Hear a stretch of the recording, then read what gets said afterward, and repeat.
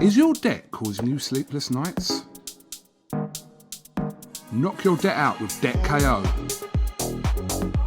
And your debt won't be the only thing keeping you up at night. Debt KO. Free, impartial advice on all your debt.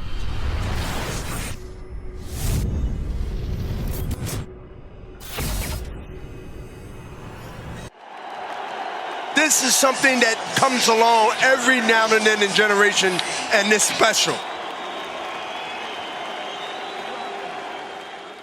This is KUGAN CASSIUS for IFL TV in association with MTK Global. Still, you alright? Not too bad, mate, not too bad. Still champion, Billy Joe Saunders. How you feeling, mate? Yeah, listen, not too bad. You can see why I didn't give him the fight fucking for a year ago. Listen, he's a cunning old fox. You know, first of all, you know, I'm having a bit of a pop here and there, and you know, I'm getting a bit frustrated because these big fights ain't coming. But you know, I've got to be thankful that I'm out this year. So, you know, I've got to thank obviously MTK, who's guided my career and put me where I'm at today, and at least got me out this year. You know, thank Eddie Hearn and Sky and the Zone. But I didn't really, I don't know. I just felt a little bit.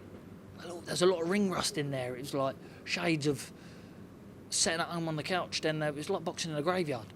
Do you know what I mean? It was like it generally was like boxing at a graveyard. But the first knockdown, that was genuinely a knockdown. Crit clip, I see him go. Martin will tell you yourself, it was a clear shot. He went. I felt him sink in. But the ref didn't. You know, he seemed to be a bit against me tonight. Like I say, I may be having a go at Phil Edwards here, but you know, have a look at the fight ref, and you know, you watch it back. You know, I don't want to keep going on about this, but every fight I've had what's been close, he's always give it against me, and tonight I feel that he wasn't really fair in there with me tonight with that first knockdown, because it was genuinely a knockdown. If that was called as a knockdown, it could have been a different fight, because I would have pushed the pace a bit more, because I'd have been 2 rounds up straight away. But listen, it is what it is. I can't put the blame on anything, or put the blame on the ref, but I just feel a bit disappointed, man, with that performance. You know, I didn't look shit. I'm asking you. No, I don't think. I think we've got to consider you being out of the ring for, 13 months as well, considering how tough Marty Murray is, and you did the job tonight, so I don't know, you're being a bit harsh on yourself, I think. I maybe am. You know what he is? He's a tough cunt. Fucking tough old bastard. Like, I was catching him, and I think it was in round 7 or 8, I thought to myself, do you know what? You deserve for the final bell here. You deserve to see the final bell. You know, I thought he deserved it. You know, when I was catching him, and there were some times I wasn't really. I could have risked it if I would have pushed the pace, like I say, when I had him hurt first round, and pushed the old legs off him. I could have 100%. Could have, didn't. If my granny had a pair of balls, she'd be my granddad, but she'd not. So if I could have stopped him. But he conned his way through there, man. He's very good at his job. Very good. I've got to take my hat off to him. Look, he learnt me there tonight. There was stuff in there tonight that I learnt off that.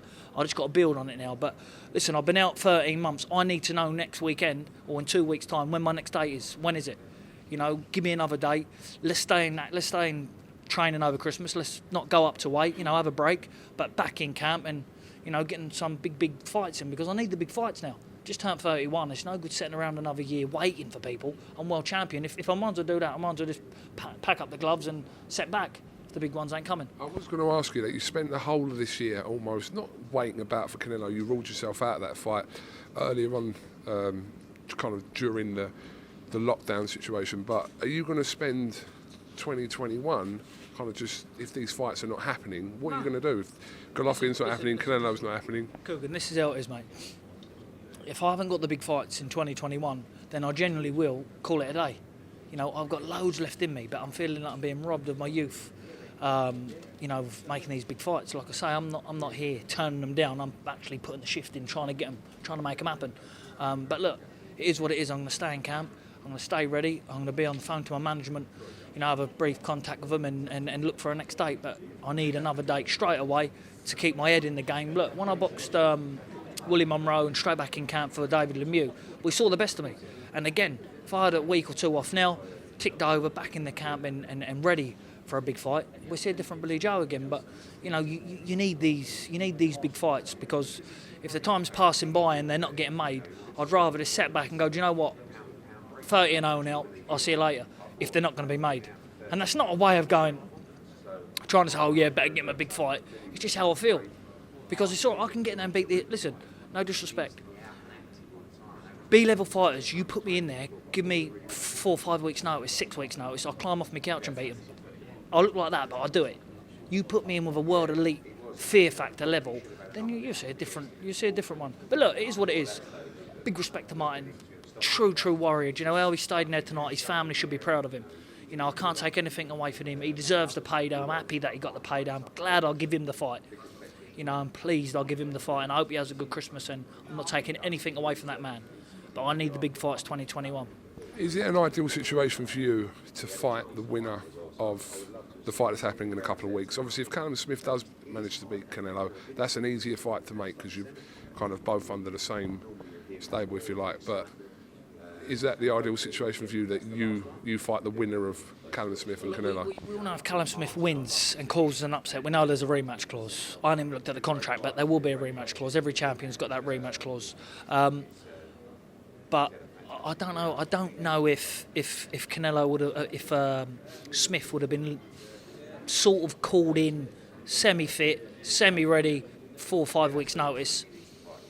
I don't know. But listen, obviously, I'm right behind him, and he's got the tools to do it. So, you know, if he comes through and wins it, then there'll be a rematch clause. But if Canelo wins, then I'm happy to rock and roll in May. But we'll see.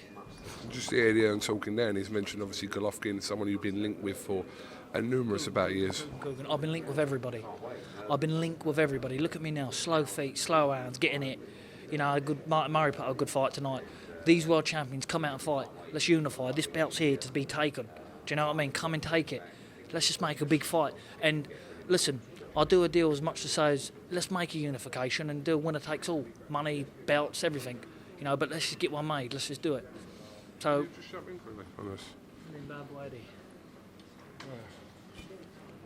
So, if you can't land Canelo next year, or see what happens with Callum Smith, obviously, but Golovkin fights there, surely that's an easier fight to make. Golovkin? Yeah, I mean, look, Golovkin's at middleweight at the moment. Everybody, to be honest with you, everybody wants real fights. Everyone wants big fights. So, you know, I was pleased to get him out this year. It's not been easy, and well done to MTK and Billy for coming out, and Martin Murray for making sure everyone could box this year. It's the best time for him to box because you've got Christmas in 2 weeks, right? And then you get straight back in the gym, and he's got to be boxing February, March at the latest.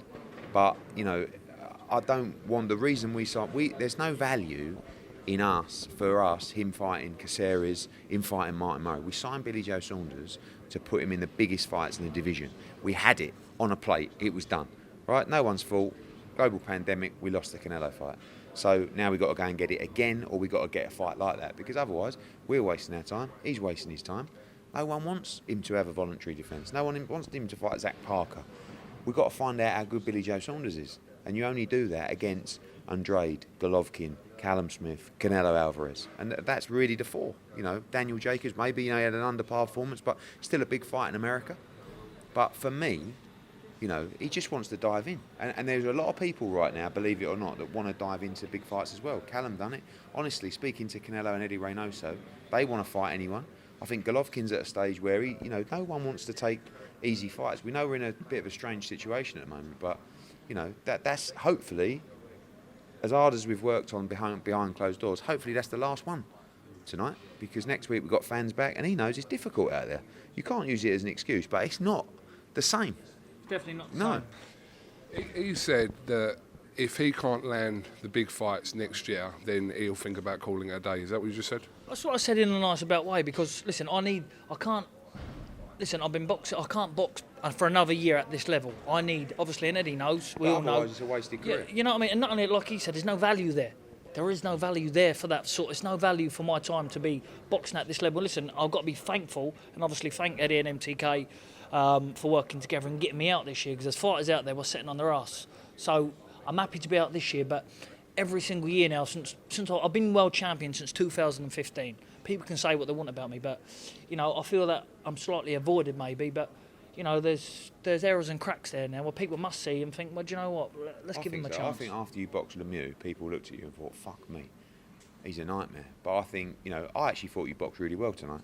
I didn't think you boxed well against Caceres, but, you know, you turned up on the Monday because we had visa problems and it was what it was. But I still think people will fight you, but I still think you boxed well tonight. I know you're being very harsh on yourself, which is good because you're a great fighter and you think you should always be performing a star every time. but you box well, especially for someone that's been out 13 months, and you are a rhythm fighter. Yeah. You are. That's why we got. I can't take anything away from Martin tonight. Listen, like I say, I'm very, very happy that he can go back to his family safe and well, and have a good Christmas, because he put in a shift tonight. You know, that first knockdown was generally, if you watch it back, you can watch that back. If that would have been classed as a knockdown, and I'd have had 6 or 7, 8 seconds, to regroup and run at him and put a burst together, I believe generally there it could have been a big, big turning point there. And I was sort of like bullying him a little bit in there tonight, and I could have done that. There's a couple of little things that I'm disappointed in that I didn't react to myself. My corner were telling me to do stuff and wasn't quite there, but listen, I've been out 13 months, so I'm not going to beat myself up. It is what it is. Thanks to everyone, and have a good Christmas, but just want to get back home. Just finally, he said he wants a date in the next couple of weeks for his kind of coming back into the ring next year. I mean, like I said, February, March at the latest, because that'll give him enough time to have a couple of weeks off, get straight back into the gym, and I want him to start camp right at the start of the year. But whilst he's been unlucky in his career as well, sometimes he ain't had the discipline, and he knows that. So now he's got to have it, and he's got to stay ready. He's got to be fair to him. Every time he's called on for a fight, he's ready.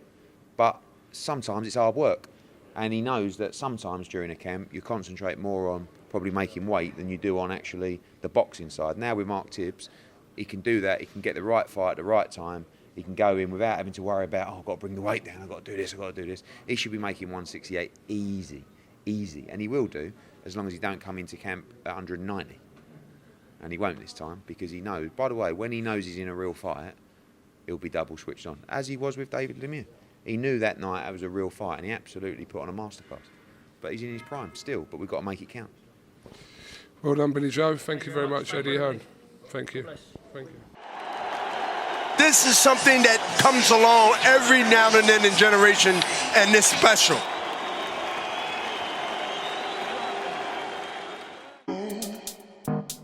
Is your debt causing you sleepless nights? Knock your debt out with Debt KO. And your debt won't be the only thing keeping you up at night. Debt KO, free, impartial advice on all your debt.